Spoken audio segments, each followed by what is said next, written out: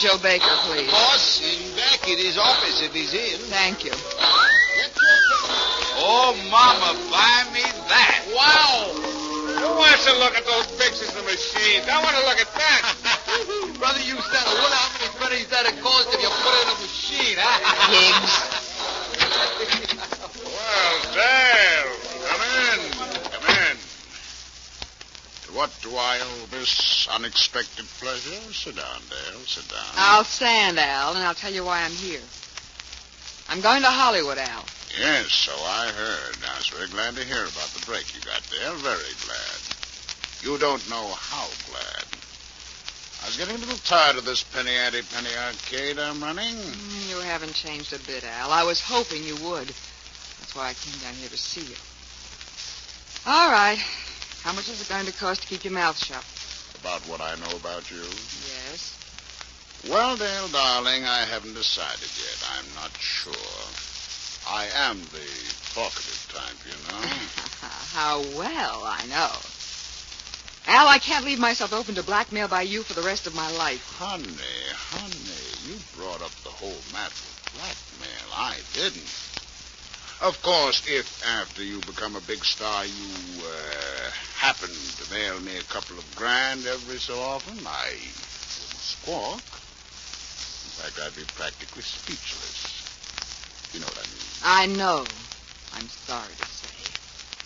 Al, I can't go out to Hollywood with you hanging over my head, and I don't have the money to buy you off.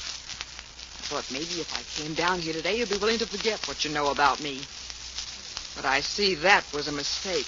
Offhand, I'd say it was. Well, that means that something's got to be done about you, Al. And I know just the guy who can do it.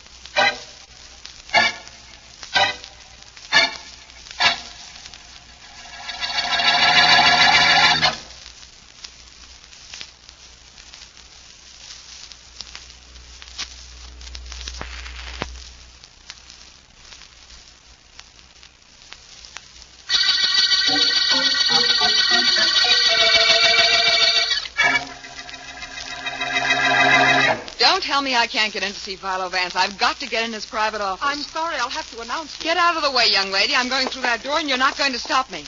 Out of the way. You're not going in there. You can't just break in on Mr. Vance that way. I tell you, I'm going to. What's going on here? Mr. Vance, this girl insisted on going right into your office. I told her she'd have to wait until... I don't have to wait until anything, Vance. I've got to talk to you. Well, I guess there isn't anything I can do, but listen, is there? Come in, miss, please. Thanks. Sorry I caused a disturbance, Vance, but I'm upset. You rather upset my office assistant, I noticed. Must be catching. Please sit down. Thanks, Vance. I'm Dale Leslie. I'm supposed to sign a contract out for Hollywood next week, only there are complications, and I'd like to hire you to straighten them out. I'm at your service. Okay, Vance. A fellow named Al Baker owns the Penny Arcade on South Street. Yes? A couple of years ago, before I broke into show business, I did something I'm not very proud of. He knows about it. He'll bleed me for life if I make good in pictures. You want me to see him? Well, that wouldn't do any good. I've seen him. What I want you to do is to see a man named Davy Rowland. He's my manager. He's also in love with me and a little on the tough side. You told him about Baker? That's right, and he didn't like it. He took a burn. He said he'd get Baker. Maybe that's what I wanted him to say, but what I really wanted was for him to throw a scare into Baker. Now I'm afraid what's going to happen. In other words, you want to hire me to prevent your Mr. Rowland from doing anything that might be regretted by you and him. Not to mention by Al Baker, Vance. You see now why I had to get in here to see you. I didn't dare take a chance of being turned away. I understand. Paradoxical, of course, you're wanting me to keep Mr. Rowland away from Al Baker, when you'd so much rather see Mr. Baker dead.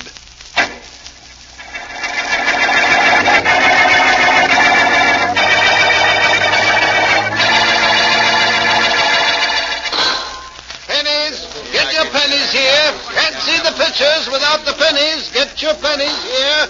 Well, mister, what's with you? You're blocking the booth. You want change or you just want to attract attention? I'm sorry. I didn't realize I was in the way. My name is Markham. I'm the district attorney.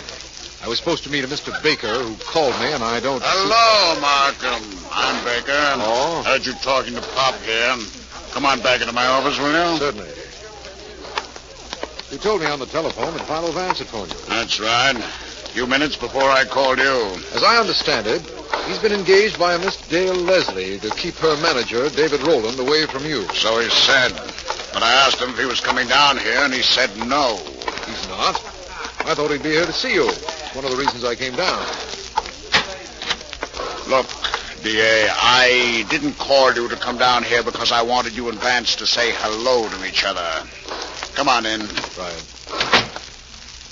I want you to tell that Rowland to lay off of me. He's a kind of a rugged character, and he's got a yen for Dale Leslie a mile long. No telling what he might do to me to show that dame how tough he is. Sit down, will you? What do you want me to do, Mr. Baker? Supply you with police protection? What am I, a sissy? I don't want any cops hanging around. I won't need them if you'll call up this Rowland guy and tell him you know he's out after me. That'll keep him away. All right. You like these pennies on my desk? I keep my souvenirs. There isn't much to like or dislike about pennies. Yeah? Mr. Baker, the stuff came you ordered. I brought it here. Where do you want me to put it? Just put the package on the desk. Okay. It's a little heavy. Oh, allow me. Oh, it ain't that heavy, but thanks anyhow. Well, you got there, Mr. Baker. Brick. There. Okay, Maisie, that's all. Out? Out. Out. See you later, boy. That's some stuff I bought for this office, Markham. Wait a minute. Will you? I want to see if it's all here. Here's the bill. Never forget to send a bill, don't I? No, they don't. Fountain pen desk set. You like it, Markham? Yes, it's very nice. Decorative and useful. I like it very much. How about this blotter here? The corner's genuine leather. You see what says genuine leather? Yes, of course. Mr. Baker, would you mind letting the rest of whatever's in that package stay there until you and I have finished our conversation? I'm in a bit of a hurry. Oh, sure. That's okay. Just wanted you to see this stuff, that's all. Hey, are you going to call that Davy Rowland for me and tell him what you said you were going to? Yes, I will. Thanks, Markham. Thanks a million. So long, and take care of yourself. That, Mr. Baker, is a rather strange thing for you to be telling me.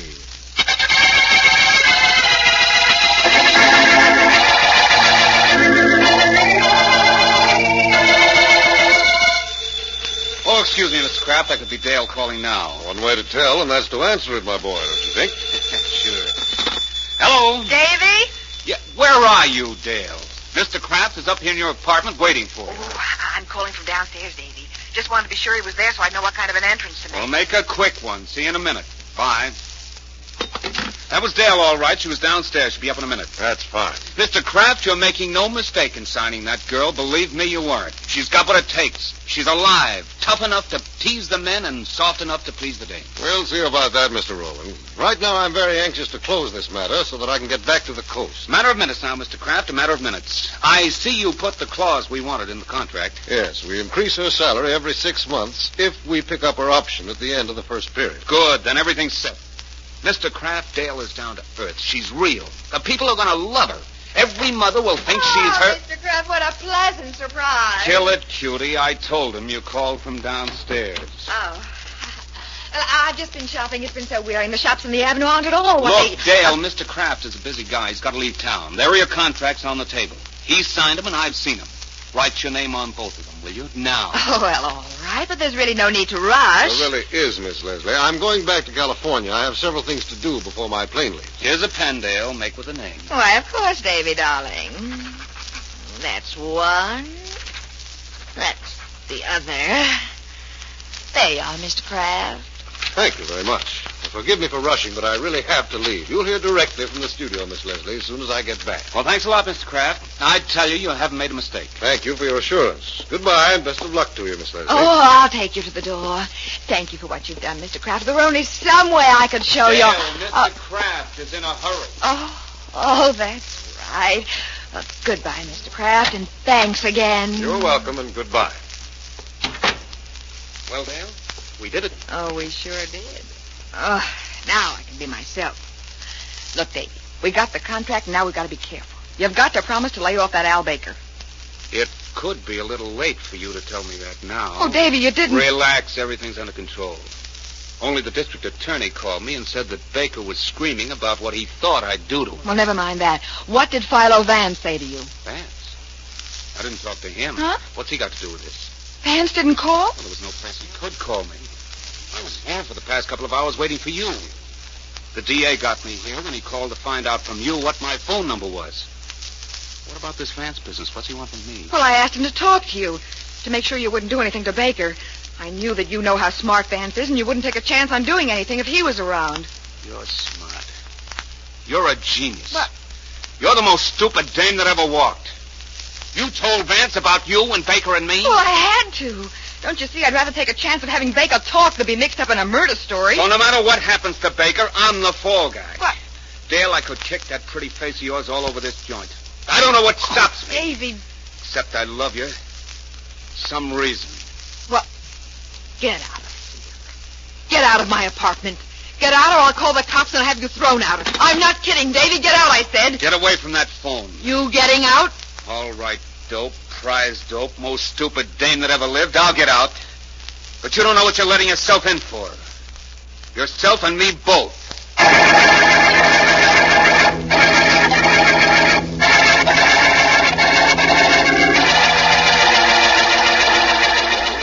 Pennies, get your pennies right here. Change your dimes, nickels, and quarters. Get your pennies here. Excuse me, sir. My name's Markham. I had an appointment with the tall gentleman wearing a Homburg hat. He was supposed to meet me. Have you seen him?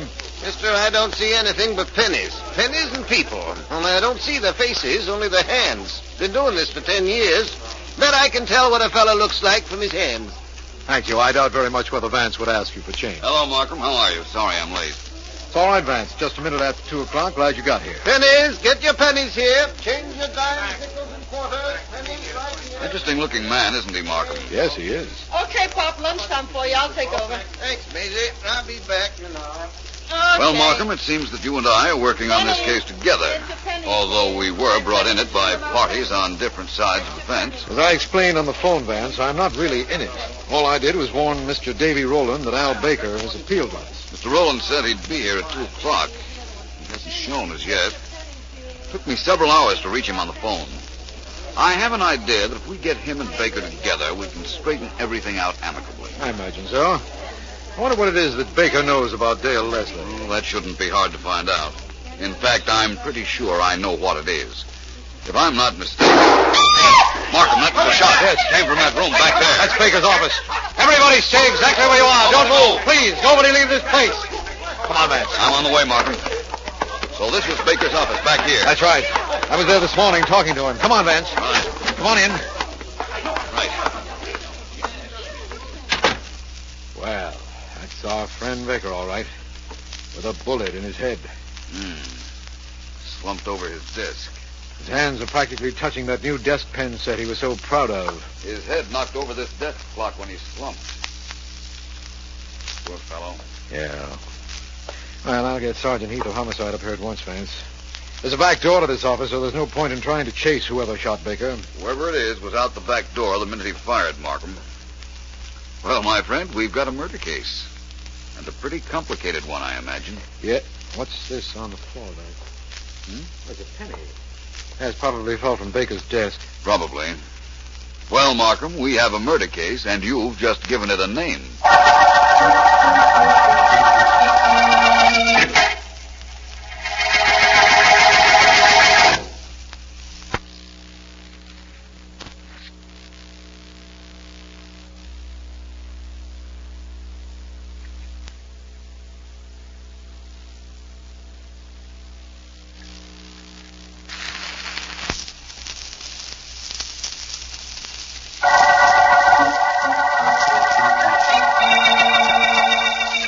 This is District Attorney Markham. The one-cent murder case began with the finding of the body of Al Baker, shot as Vance and I were in his penny arcade. We know that Baker had some information about Dale Leslie and that Miss Leslie feared blackmail inasmuch as she was about to start a movie contract. We know, too, that her manager, Davy Rowland, was in love with her and had threatened Baker. And I have found something very interesting about a man known as Pop who made change for the customers at Baker's Arcade. I'm about to tell what I found out to a group of reporters waiting in my office. They are very...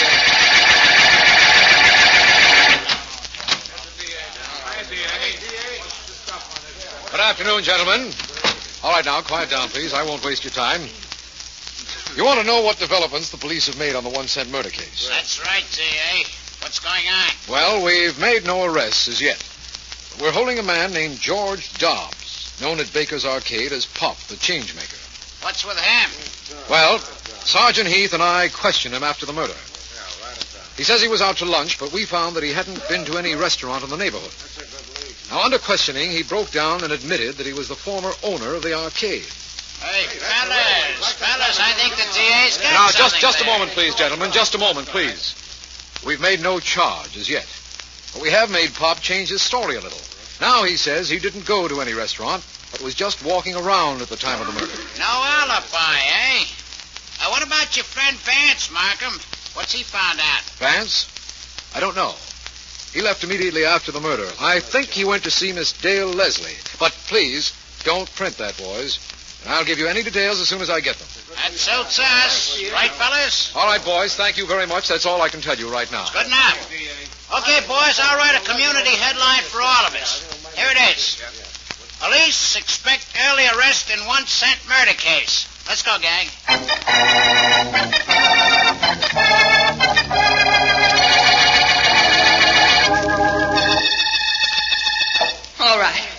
All right, I did it. You want to know why, don't you? Well, I can tell you why, but I won't. I'll tell you this much, though. He deserved to die. And if I hadn't killed him, it wouldn't have made any difference. Somebody else would have. But I didn't wait for that somebody. Can you understand that? I did it because I wanted to be the one who shot him. I wanted it known that I wiped him off the face of this earth. I wanted everybody to know I did it. What's most important is I wanted to know that I killed him. Now, do what you want with me. It doesn't matter much what it is. In fact, it doesn't matter at all. Would you put on the lights, please, Mr. Kraft? Yes, of course, Vance. Thank you. Well, Miss Leslie, a very good piece of emoting. Thanks, Mr. Vance. It's the screen test we made here a couple of weeks ago. We shipped a print to the coast. They told me to sign a write-up. Which you did, I understand. That's right. Sorry I had to ask you to cancel your plane trip to Hollywood, Mr. Kraft. But it's quite urgent I talk to you. And I did want to see what kind of an actress Miss Leslie was, though thanks for arranging this screening. Well, the screening wasn't any trouble. Holding me here in New York is upsetting my plans a lot, Vance. I won't keep you here any longer than is absolutely necessary. Well, why are you keeping Mr. Kraft here at all, Vance? He had nothing to do with Al Baker's shooting. Of course I didn't. I never knew the man. I had no reason to want him dead. Perhaps you never knew him, Mr. Kraft. That's possible. But I wouldn't say you had no reason. For example, perhaps you thought you had a potential star on your hands in Miss Leslie. A star that could make a fortune for your company. You wouldn't want anything to interfere with her career. Anything like what Mr. Baker might have had to say about her. You think I'd kill Baker for that? Vance, that isn't very logical. Murder so rarely is, Mr. Kraft. Now, before I ask you this next question, I'd like to warn you. It's the seemingly innocuous question. The one which a murderer has no reason to lie about, but often does. That in many cases traps a killer. Now, were you ever at any time in Baker's Penny Arcade? Well, no. All right. If that's the way you want it. You were there, Miss Leslie? Well, of course, yesterday morning when I went to talk to Al. What time yesterday morning? 10:30. You're sure of the time? Positive. You're not wearing a watch? I wasn't then either.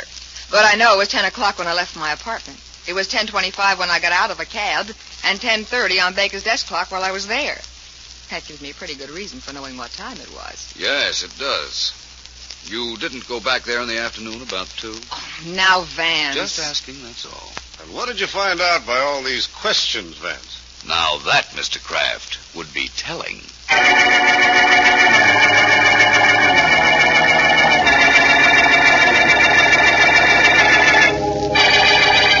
Miss Leslie, please excuse my dropping in on you at your apartment. This is not exactly an official visit. Well, Mr. Markham, I'm certainly glad of that. I had quite a little semi-official visit with your friend Philo Vance about an hour ago, and I'm officially a little tired. Vance seems very interested in the Hollywood scout, Mr. Kraft, and I'm very interested in ducking all this unpleasant publicity. I can understand that. Miss Leslie, Vance and I are working independently on this case, which is a little unusual, but I think we can get better results that way. That's why I came up here. Uh-huh. To see if you knew where David Rowland is. We haven't been able to find him, you know. Davy? Why, he... Oh, sit still, Mr. Markham. I'll go to the door. Whoever it is, please don't be long. I'm quite anxious to get going on this case. All right, Mr. Markham. Yes? You're Dale Leslie, I know. I'm Pop. I work down at Baker's Penny Arcade. I gotta come and talk to... Why so surprised at seeing me, Pop? You were in my office all morning. Miss Leslie, I'll see you some other time. Goodbye. Now, what in the world was that? I don't know. But I know what Vance would think. He'd think Pop might have come up with the idea of blackmailing you, and when he saw me, he changed his mind in a hurry. Blackmailing me? Well, how could he do that? Well, supposing he saw you around the arcade about the time of the murder. He could threaten to tell that to the police, couldn't he? Miss Leslie, you're not in a very favorable spot, believe me. But I'll worry about Pop later. Right now, I want to know where David Rowland, your manager, might be. Well, he might be almost anywhere, but it so happens that he's with your friend, Philo Vance.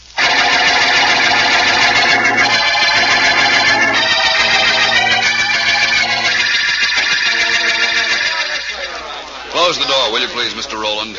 Noise isn't very conducive to concentration. Why, sure, Vance. Up to now, I was a manager. Now I'm a door closer. You're also a murder suspect. Yes, I know. You're only missing one thing, aren't you, Vance? Proof. You've got your whole story and no proof. Unfortunate, isn't it? You know who just called on the telephone, don't you? Why, sure, I got his. It was the D.A., Markham. That's right. He's bringing Miss Leslie down here.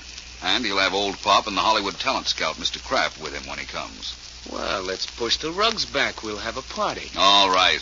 Mr. Rowland, I found something very interesting in Mr. Baker's desk. Lucky you. Oh, not curious? I didn't say that. In that case, I'll tell you what I found. It was a bill for several articles that Baker purchased the day he was killed. He bought a fountain pen desk set, a clock, a blotter, and that paper knife on the table. Setting up housekeeping, I guess, huh? No. But he was supplying us with proof of the identity of his murderer. What? Sit down, Mr. Rowland. You, really know who killed Baker, Vance? You wouldn't bet I didn't know, would you? No. Only you're not going to be able to tell anybody that you know, Vance. I'm going to see to that right now. They told me you were tough, Mr. Rowland. Let's see how tough.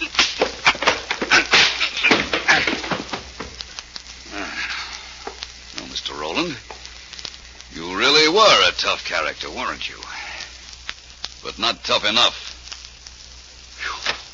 Vance, I'm sorry to... Davy! What happened here? Mr. Rowland objected to my knowing the identity of Mr. Baker's killer, Markham. This is a little silly, this whole thing, Vance. I've got to get back to the coast. Do you now, Mr. Kraft? Well, I won't keep you long. Oh, Markham, you know Mr. Davy Rowland had no alibi for the time of the murder, don't you? I realize that, Vance.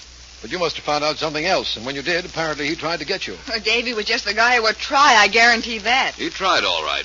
As soon as he knew that I knew who killed Al Baker, he tried desperately. Well, you can't blame him. He was fighting for his life, wasn't he? No, Miss Leslie. He was fighting for yours. You murdered Al Baker.